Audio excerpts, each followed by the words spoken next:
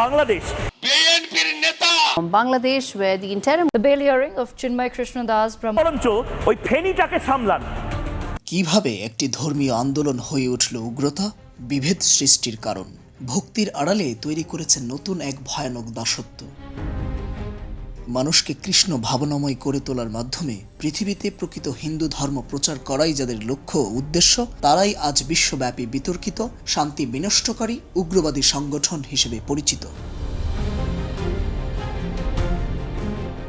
বলছি হিন্দুত্ববাদী সংগঠন ইসকনের কথা, যা এখন থেকে প্রায় 58 বছর পূর্বে 1966 সালের 13 জুলাই যুক্তরাষ্ট্রের নিউ ইয়র্ক শহরে প্রতিষ্ঠিত হয়, যার প্রতিষ্ঠাতা অভয়চরণারবিন্দ ভক্তি বেদান্ত স্বামী প্রভুপাদ। আন্তর্জাতিক কৃষ্ণ ভাবনামৃত সংঘ, সংক্ষেপে ইসকন, যার উদ্দেশ্য হিন্দু ধর্ম প্রচার ও শান্তি প্রতিষ্ঠা করা, সেটিই কিনা প্রতিষ্ঠিত হয়েছে একটি খ্রিস্টান রাষ্ট্রে, যার প্রতিষ্ঠাতা স্বামী প্রভুপাদের জন্ম ভারতে হলেও ভারতের কোনো হিন্দু শিক্ষালয়ে পড়েননি তিনি পড়ালেখা করেছেন খ্রিস্টানদের চার্চে।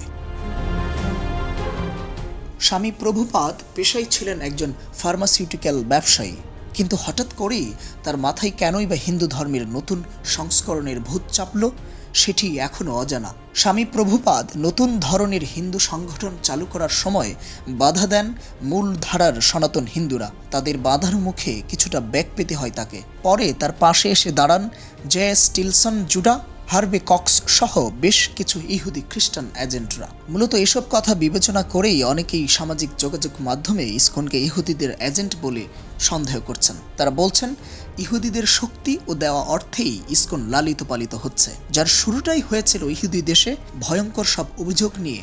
বিতর্কিত সেই সংগঠন কি আসলেই শান্তি প্রতিষ্ঠা করতে পারবে? চলুন জেনে আসা যাক।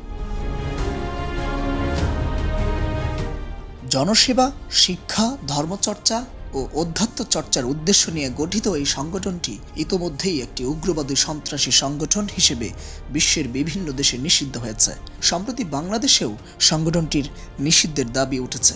গত 25শে নভেম্বর সোমবার বাংলাদেশ সনাতনী জাগরণ মঞ্চের মুখপাত্র ও ইসকনের সদস্য চিন্ময় কৃষ্ণ দাসকে রাষ্ট্রদ্রোহ মামলায় গ্রেফতার করা হয়। তার পরের দিন চিন্ময়কে কারাগারে পাঠানোকে কেন্দ্র করে চট্টগ্রামের আদালত প্রাঙ্গণে বিক্ষোভ করে তার অনুসারীরা। এক পর্যায়ে আইন শৃঙ্খলা রক্ষাকারী বাহিনী ও আইনজীবীদের সঙ্গে সংঘর্ষ হয় চিন্ময়ের অনুসারীদের। সংঘর্ষের এক পর্যায়ে আইনজীবী সাইফুলকে ইসকনের সদস্যরা হত্যা করে।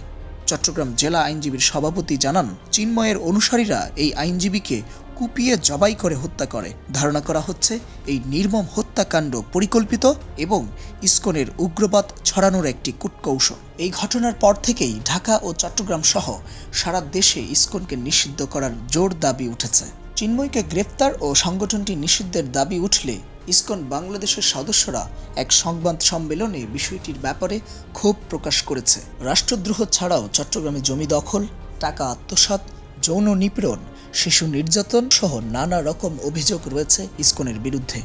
বিশ্বব্যাপী হিন্দু ধর্ম প্রসার ও আধ্যাত্মিক দর্শন প্রচার করা উদ্দেশ্য হলেও স্বয়ং হিন্দু ধর্মের অনেকেই ইসকনকে উগ্রবাদী সংগঠন বলে আখ্যা দিয়েছেন। চট্টগ্রামের সবচেয়ে পুরাতন হিন্দু প্রতিষ্ঠান প্রবর্তক সংঘ আশ্রম ইসকনকে উগ্রবাদী ও হিন্দু ধর্ম বিরোধী সংগঠন বলে অভিহিত করেছেন। ঢাকার স্বামীবাগের পুরনো হিন্দু মন্দিরের মালিককে মিথ্যা মামলায় হয়রানি করে সেখানে ইসকন মন্দির গড়ে তোলা হয়। 2009 সালে ঠাকুরগাঁওয়ের শ্রী শ্রী রসিক রায় জিও মন্দির দখল করতে ইসকনের সন্ত্রাসী বাহিনী ব্যবহার করার অভিযোগ রয়েছে। এমনকি সে সময় ফুলবানু নামে এক হিন্দু মহিলাকে ওই সন্ত্রাসী বাহিনী হত্যা করেছিল। নিজ নিজ ধর্ম ছাড়াও ইসকন বর্তমানে মুসলমানদের সবচেয়ে ভয়ঙ্কর শত্রু হিসেবে পরিচিত হয়েছে, যার বেশ কিছু প্রমাণও রয়েছে। মুসলমানদের ধর্মীয় অনুভূতিতে আঘাত, মসজিদে হামলা, মুসলিম হত্যাসহ ভয়াবহ অভিযোগ রয়েছে সংগঠনটির নামে। এর মধ্যে 2014 সালের ঢাকার স্বামীবাগে তারাবির নামাজে বাধা, 2016 সালে সিলেটে মুসল্লিদের উপর হামলা, একই বছর সিলেটে ইসকনের বিরুদ্ধে ফেসবুক স্ট্যাটাসকে কেন্দ্র করে মসজিদের ইমামকে হত্যা, 2019 সালে ইসকন ফুড ফর লাইফের খাবার বিতরণ করার সময় মুসলিম শিশুদের জোর করে হরে কৃষ্ণ জপতে বলা হয়। এছাড়াও বুয়েটের আলোচিত আবরার হত্যা মামলার মূল আসামি অমিত সাহা ইসকনের সক্রিয় সদস্য ছিল বলে অভিযোগ রয়েছে। সবচেয়ে ভয়াবহ ও চাঞ্চল্যের সৃষ্টি হয়েছে সম্প্রতি চট্টগ্রামে আইনজীবীকে জবাই করে হত্যা করাকে কেন্দ্র করে। বিশেষজ্ঞরা বলছেন এটি প্রথম কোনো সন্ত্রাসী সংগঠন কর্তৃক প্রকাশ্যে আদালত প্রাঙ্গণে ঘটানো ন্যাক্কারজনক ঘটনা, যেখানে প্রকাশ্যে একজন আইনজীবীকে জবাই করে হত্যা করা হয়, যেটি এখন পর্যন্ত আইএস জেএমবির মতো সন্ত্রাসী সংগঠন করতে সাহস পায়নি। সেটি করে দেখিয়েছে ইসকনের সন্ত্রাসী সদস্যরা। তারা আরও মনে করছেন বাংলাদেশকে অস্থিতিশীল করতেই এমন ঘটনা ঘটানো হচ্ছে, আর এসব কারণেই ইসকনকে অতি সত্বর নিষিদ্ধের দাবি উঠছে। সম্প্রতি আমার দেশ পত্রিকার সম্পাদক মাহমুদুর রহমান ইসকনকে ভারতীয় গোয়েন্দা সংস্থা এর এজেন্ট ও জঙ্গি সংগঠন হিসেবে উল্লেখ করে নিষিদ্ধের দাবি জানান। এতে করেই তেলে বেগুনে জ্বলে ওঠেন ইসকন বাংলাদেশের সদস্যরা। বর্তমানে বিশ্বের প্রায় 108টি দেশে ইসকনের কার্যক্রম থাকলেও অনেক দেশেই ইসকন নিষিদ্ধ রয়েছে। 1970 সালে সিঙ্গাপুরে নিষিদ্ধ হয় ইসকন। 1970 ও 80-র দশকে সোভিয়েত ইউনিয়নে নিষিদ্ধ হয়েছিল ইসকন। তাছাড়াও ইসকন তাদের নানা রকম বিতর্কিত কর্মকাণ্ডের জন্য চীন, মালয়েশিয়া, ইরান, সৌদি আরব, আফগানিস্তানে নিষিদ্ধ রয়েছে। এসব দেশে ইসকনের বিরুদ্ধে যৌন হয়রানি, জোর করে ধর্মান্তর সহ নানা অভিযোগ রয়েছে। এছাড়াও ইসকন তাদের উগ্রবাদী কর্মকাণ্ডের জন্য ইন্দোনেশিয়া, তাজিকিস্তান, তুর্কমেনিস্তান সহ বেশ কিছু দেশে কঠোর নজরদারিতে রয়েছে। বর্তমানে বাংলাদেশে গ্রেফতারকৃত ইসকন সদস্য চিন্ময় কৃষ্ণ দাসের মুক্তির দাবিতে তার অনুসারীরা দেশ ও বিদেশে নানাভাবে অরাজকতা সৃষ্টি করার চেষ্টা করছে। অথচ ইসকন বাংলাদেশের সদস্যরা এই চিন্ময় কৃষ্ণ দাসকে ইসকন থেকে বহু আগেই বহিষ্কার করেছেন বলে সংবাদ সম্মেলনে দাবি করছেন। ইন্টারন্যাশনাল চাইল্ড প্রোটেকশন চিন্ময়ের বিরুদ্ধে শিশু নির্যাতন ও নারীকে যৌন নিপীড়নের অভিযোগ আনলে চিন্ময়কে ইসকন থেকে বহিষ্কার করে বলে এই ইসকনের সদস্যরা সংবাদ সম্মেলনে দাবি করেছেন। বাংলাদেশ জাতীয় হিন্দু মহাজোটের মহাসচিব গোবিন্দচন্দ্র প্রামাণিক এক টেলিভিশন সাক্ষাৎকারে চিন্ময়কে নিয়ে চাঞ্চল্যকর তথ্য প্রকাশ করেছেন। চিন্ময় 2023 সালে ইসকন থেকে বহিষ্কৃত হন, কিন্তু বহিষ্কারের পরেও এক অদ্ভুত দানবীয় শক্তির বলে প্রভাব খাটাতে থাকেন।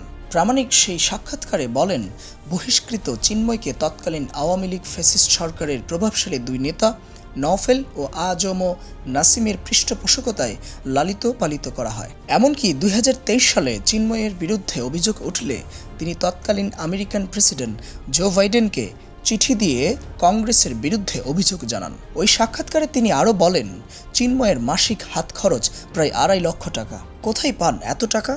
বাংলাদেশের ঐক্য পরিষদের এক নেতা বলেন, চিন্ময়ের কাছে কোনো শিশু ও নারী নিরাপদ নয়।